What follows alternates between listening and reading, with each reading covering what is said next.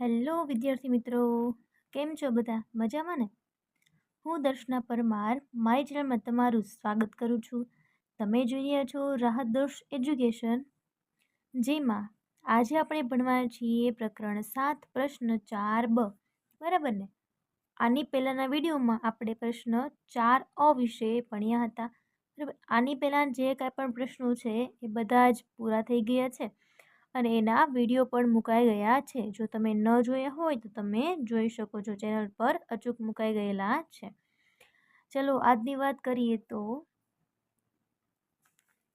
પ્રકરણ 7માં પહેલો પ્રશ્ન છે અને આ બધા જ પ્રશ્નો તમને 2 માર્કમાં પૂછેલા છે. એટલે જે પ્રશ્ન જે ગુણ પ્રમાણે પૂછેલ હોય એ રીતે તમારે જવાબ લખવાનો રહેશે. તો પહેલો પ્રશ્ન છે, જાતીય અંતઃસ્ત્રાવના કાર્યો જણાવો. ચલો લખતા જઈએ ક્રમ વાઇઝ કે જાતીય અંતઃસ્ત્રાવ છે, બરાબર, એના કાર્યો શું છે. લખીએ.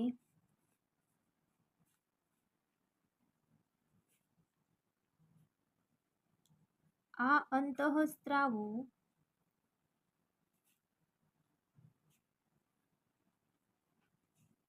તરુણાવસ્થા દરમિયાન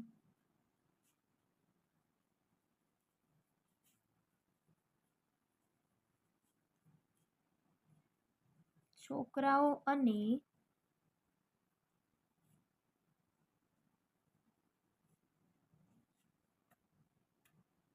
છોકરીઓમાં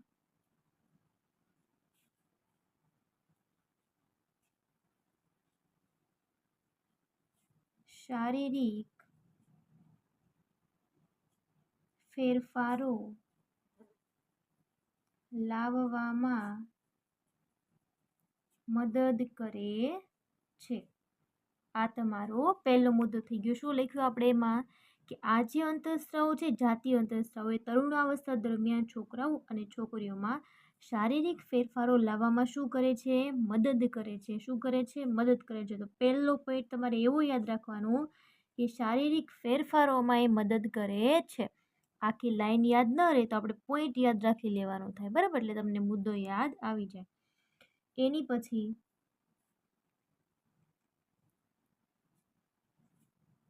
છોકરાઓમાં દાઢી અને મૂછનો વિકાસ થતો જોવા તમને મળતો હોય છે, બરાબર, તરુણાવસ્થા દરમિયાન. વિકાસ પછી અવાજ કેવો થઈ જાય, એનો ઘેરો થઈ જાય, અવાજમાં ભારેપણું અને સ્નાયુઓનો વિકાસ થાય છે. એની પછી છોકરાઓ માટે લખ્યું તો આપણે છોકરીઓ માટે લખીએ, બરાબર, કે એમાં તો કે છોકરીઓમાં સ્તનનો વિકાસ, પછી માસિક ચક્રની શરૂઆત, માસિક ચક્રની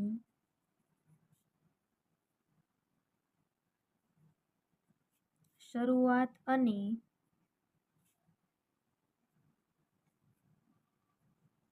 શરીરના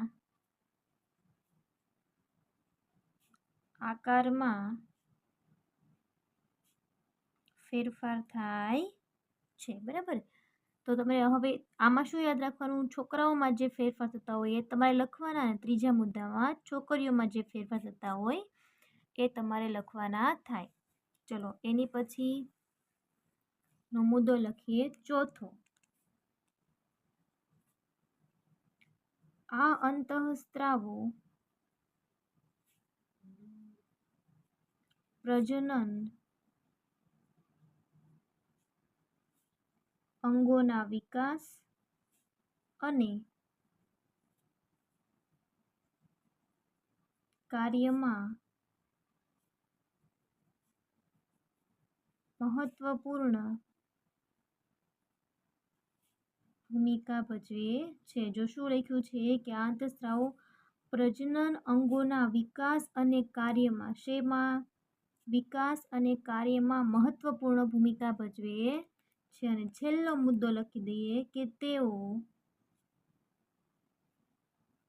શુક્રકોષ અને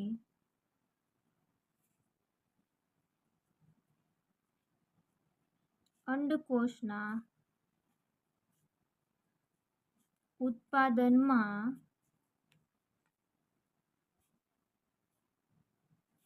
મદદ કરે છે, જે પ્રજનન માટે જરૂરી છે. બરાબર. ચલો આ પ્રશ્ન અહીંયા પૂર્ણ થઈ ગયો. બરાબર. જાતીય અંતઃસ્રાવના આ રીતે તમારે કાર્યો લખવાના રહેશે. એની પછીનો પ્રશ્ન જોઈએ. ચલો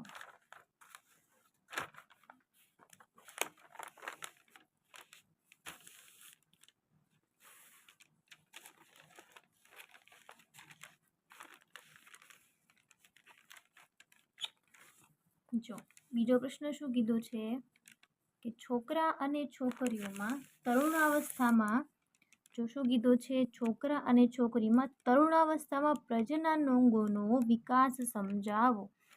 તો એ અવસ્થા દરમિયાન કેવો વિકાસ થાય છે એ આપણે સમજાવવાનો છે. તો લખીએ. ચાલો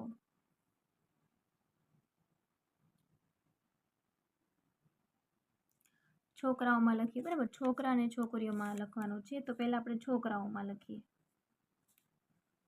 કે તેમાં કેવો કેવો વિકાસ થતો હોય છે. બરાબર.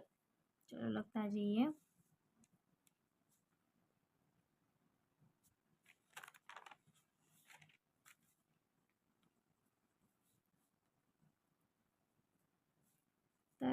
તરુણાવસ્થા દરમિયાન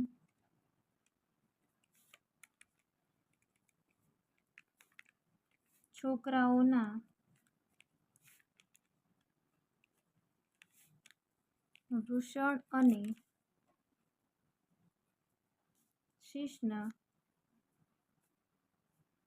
આવી રીતે ન આવશો, અહીંયા આવી રીતે શિશ્ન કદમાં વધે છે.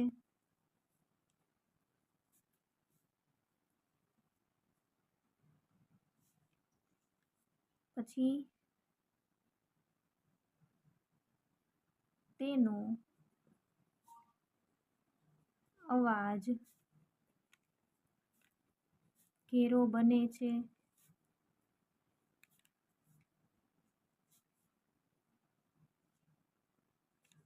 છોકરાઓમાં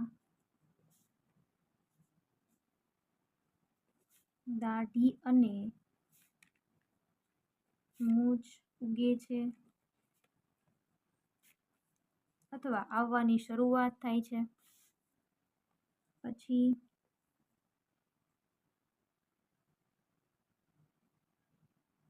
શરીરમાં ટેસ્ટોસ્ટેરોન નામના હોર્મોનનું પ્રમાણ વધે છે. અને હજી એક લખી શકીએ કે સ્નાયુનો શું થાય છે? વિકાસ થાય છે. શું થાય છે? વિકાસ થાય છે. લખીએ કે સ્નાયુઓનો વિકાસ થાય છે. છોકરાઓ માટે લખ્યું. હવે આપણે છોકરીઓ માટે લખીએ કે એમાં કેવા કેવા ફેરફાર જણાતા હોય છે. બરાબર. એમાં કેવા કેવા ફેરફાર થાય છે છોકરીઓમાં લખી દઈએ. ચાલો હવે પહેલો મુદ્દો એમાં લખીએ.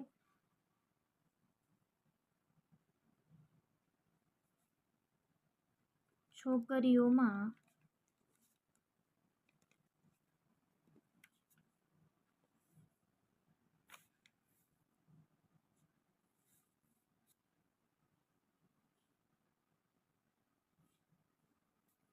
તરુણાવસ્થા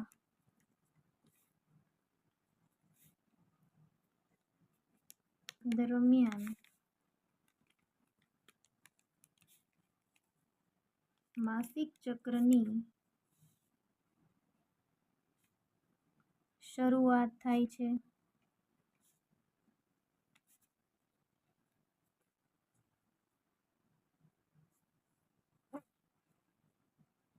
સ્તનનો વિકાસ થાય છે.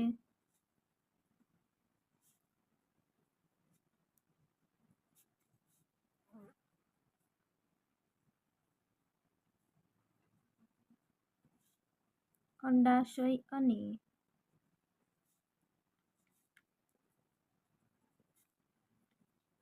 ગર્ભાશય કદમાં વધે છે। હવે કેમ આપણે ઉપર આમાં ટેસ્ટોસ્ટેરોન નામનો અંતઃસ્ત્રાવ હોર્મોન્સ લખ્યો હતો ને, તો આમાં એ રીતે આમાં આપણે હોર્મોન્સ લખી દઈએ, બરાબર, કે તેના શરીરમાં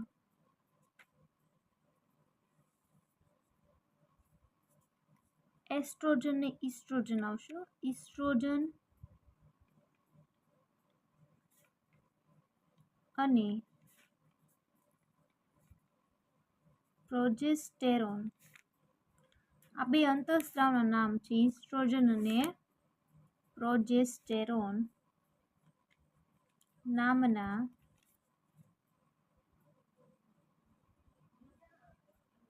હોર્મોનનું પ્રમાણ વધે છે। પછી હજી તમે લખી શકો કે તેના શરીરના આકારમાં શું થાય છે, ફેરફાર થાય છે, બરાબર। લખવા માટે તો ઘણું છે, પણ આપણે 2 માર્કમાં લખવાનું છે, તો એ રીતે જ આપણે જવાબ આપવાનો રહેશે, બરાબર। એની પછી ત્રીજો પ્રશ્ન જોઈએ, ચલો શું કીધું છે, એડ્રિનલ ગ્રંથિના અંતઃસ્ત્રાવના કાર્યો। ઓકે, હાલો, એડ્રિનલ ગ્રંથિ જે છે, બરાબર, એ અંતઃસ્ત્રાવ જે છે એના કાર્યો શું છે એ આપણે લખવાના છે। તો લખીએ, એડ્રિનલ ગ્રંથિ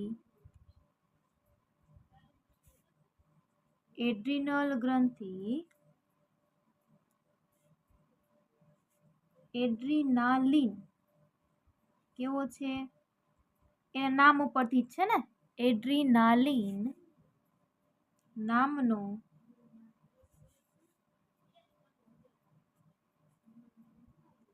અંતઃસ્ત્રાવ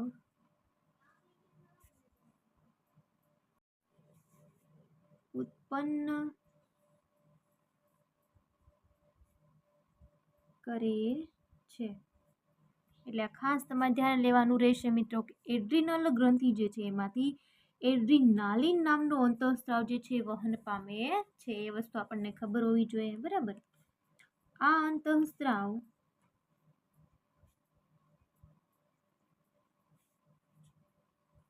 શરીરમાં તાણ અથવા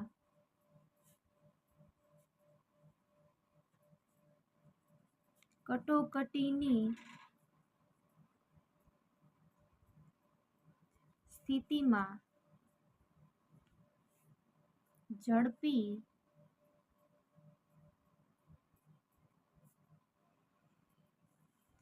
પ્રતિક્રિયા આપવામાં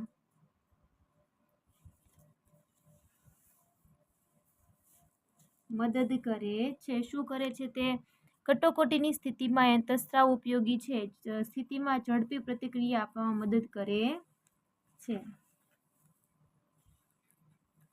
જ્યારે આપણી પાછળ કૂતરો પડ્યો હોય, બરાબર, ત્યારે જ્યારે આપણે ફટાફટ દોડીએ છીએ, બરાબર, ત્યારે કયો અંતઃસ્ત્રાવ વહન થાય છે, આ કટોકટીની સ્થિતિમાં એડ્રિનલ ગ્રંથિ એડ્રીનાલિન નામનો અંતઃસ્ત્રાવ। એટલે તમને યાદ રહી જશે, એ રીતે યાદ રાખજો।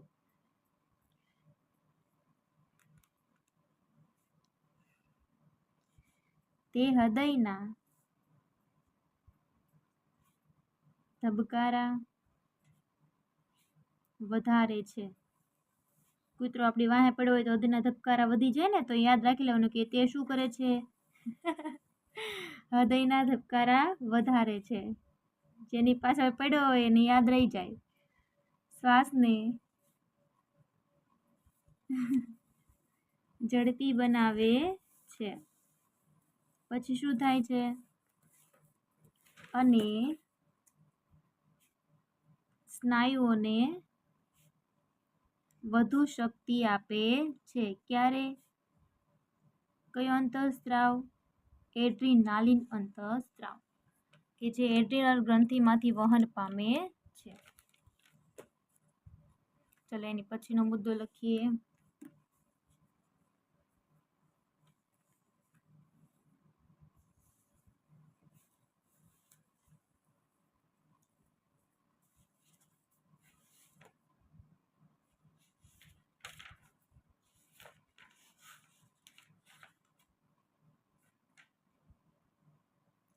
બીજા અંતઃસ્ત્રાવ જે છે ઘણા બધા એ ઘણું બધું એવી રીતે કાર્ય કરે છે, બરાબર, પણ આપણે એ રીતે લખી નાખીએ કે એડ્રિનલ ગ્રંથિમાં બીજું એક અંતઃસ્ત્રાવ છે, બરાબર, એમાં તમે યાદ રાખી શકો તો રાખજો, એર્ટિસોલ છે અને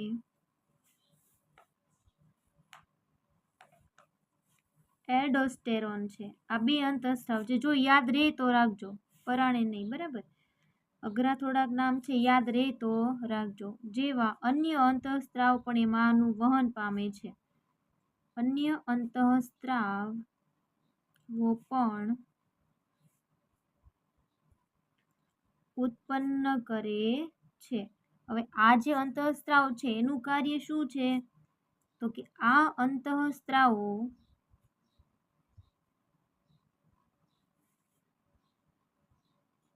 શરીરના મીઠું એટલે કે મીઠા અને પાણીના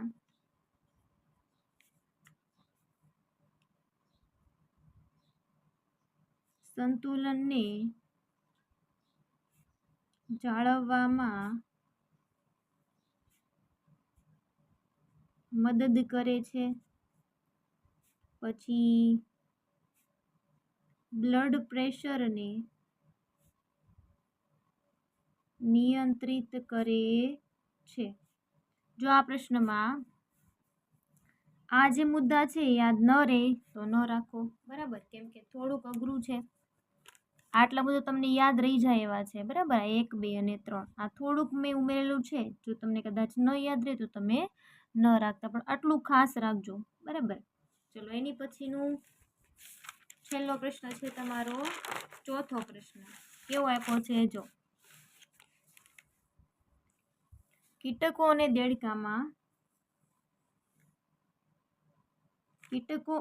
દેડકામાં જીવન ચક્ર પૂર્ણ કરવા માટે અંતઃસ્ત્રાવ કેવી રીતે મદદરૂપ થાય છે તે તમારે લખવાનું છે, બરાબર. કીટકો અને દેડકામાં, તો પહેલા આપણે કીટકોમાં લખીએ અને પછી દેડકામાં લખશું, બરાબર. ઓકે, હાલો. સૌથી પહેલા આપણે કીટકો માટે લખી દઈએ અહીંયા. એમાં કઈ રીતે મદદરૂપ થાય છે, બરાબર. કીટકોમાં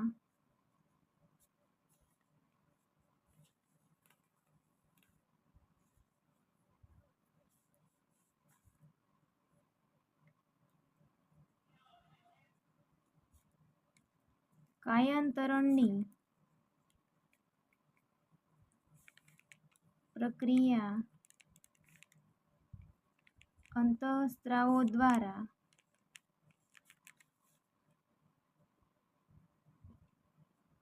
નિયંત્રિત થાય છે.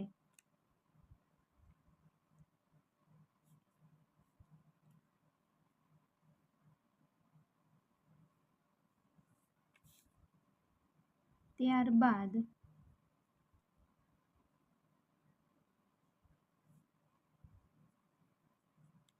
લાર્વાનું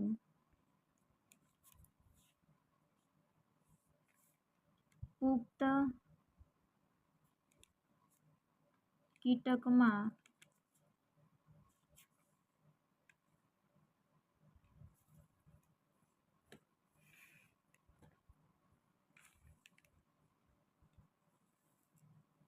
રૂપાંતરણ કરવામાં આવે છે, પણ કોના દ્વારા? અંતઃસ્ત્રાવો દ્વારા થાય છે.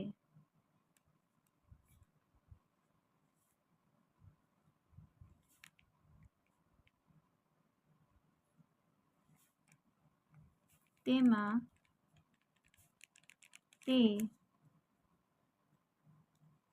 મહત્વપૂર્ણ ભૂમિકા ભજવે છે.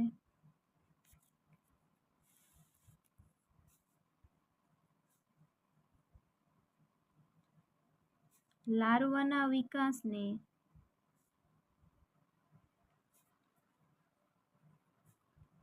અંતઃસ્ત્રાવો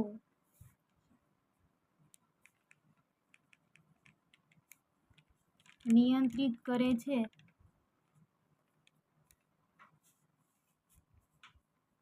અને કોશેટો અવસ્થામાં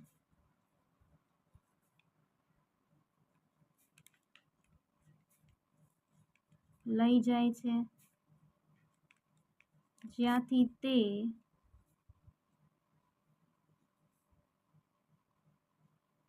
પુખ્ત કીટક તરીકે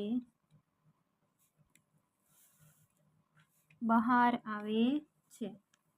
હવે આમાં મેઇન પોઈન્ટ બે કયા? આ પહેલું અને આ ત્રીજું તમારે ખાસ યાદ રાખવાનું રહેશે. આ બીજું કદાચ તમને ન યાદ રહે, ભૂલાઈ જાય તો હાલશે, પણ આ બે પોઈન્ટ ખાસ, બરાબર. મેં એક વધારે લખેલું છે.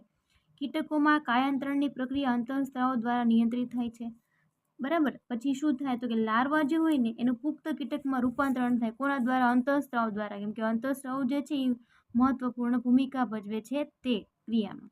લાર્વાના વિકાસને અંતઃસ્ત્રાવ નિયંત્રિત કરે છે અને કોશેટો અવસ્થામાં લઈ જાય છે, જ્યાંથી તે પુખ્ત કીટક તરીકે બહાર આવે છે, બરાબર. એટલે આ બે મેઇન પોઈન્ટ છે, ખાસ યાદ રાખજો.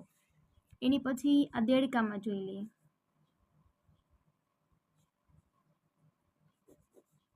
ચલો એમાં લખીએ પેલું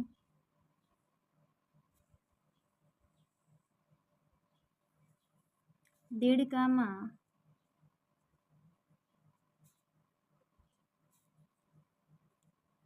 તમને ખબર છે દેડકો જે છે એ પાણીમાં પ્રજનન કરે છે, યાદ રાખજો. દેડકાને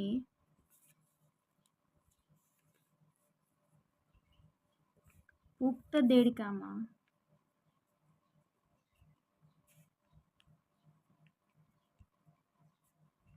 રૂપાંતરિત કરવાની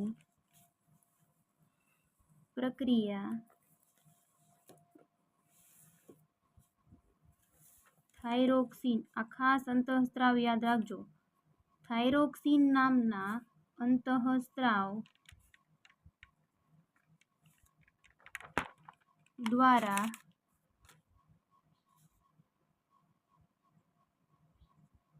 નિયંત્રિત થાય છે, જ્યારે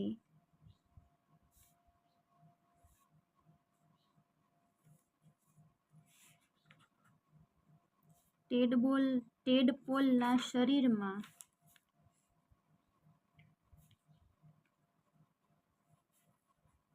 થાઇરોક્સિનનું સ્તર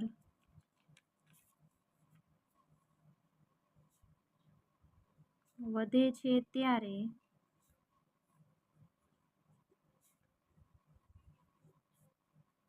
તેના શરીરમાં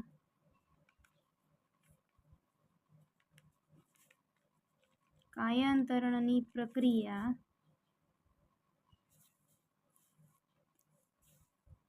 શરૂ થાય છે,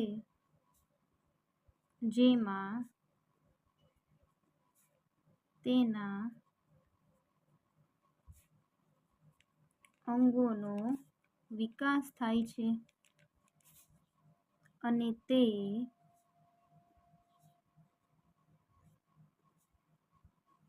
પુખ્ત દેડકામાં ફેરવાય છે.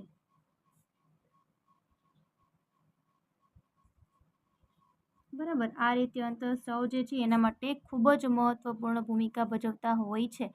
તો અહીં તમારે 4 પ્રશ્નો પૂર્ણ થાય છે મિત્રો. જો તમને આમાં કાંઈ પણ પ્રકારનો પ્રશ્ન હોય તો તમે મને કમેન્ટ કરીને જણાવી શકો છો. અને જો તમે મારી આ ચેનલ પર નવા હોય મિત્રો તો વિડીયોને લાઇક, શેર અને સબસ્ક્રાઈબ કરવાનું ભૂલશો નહીં. Thank you very much.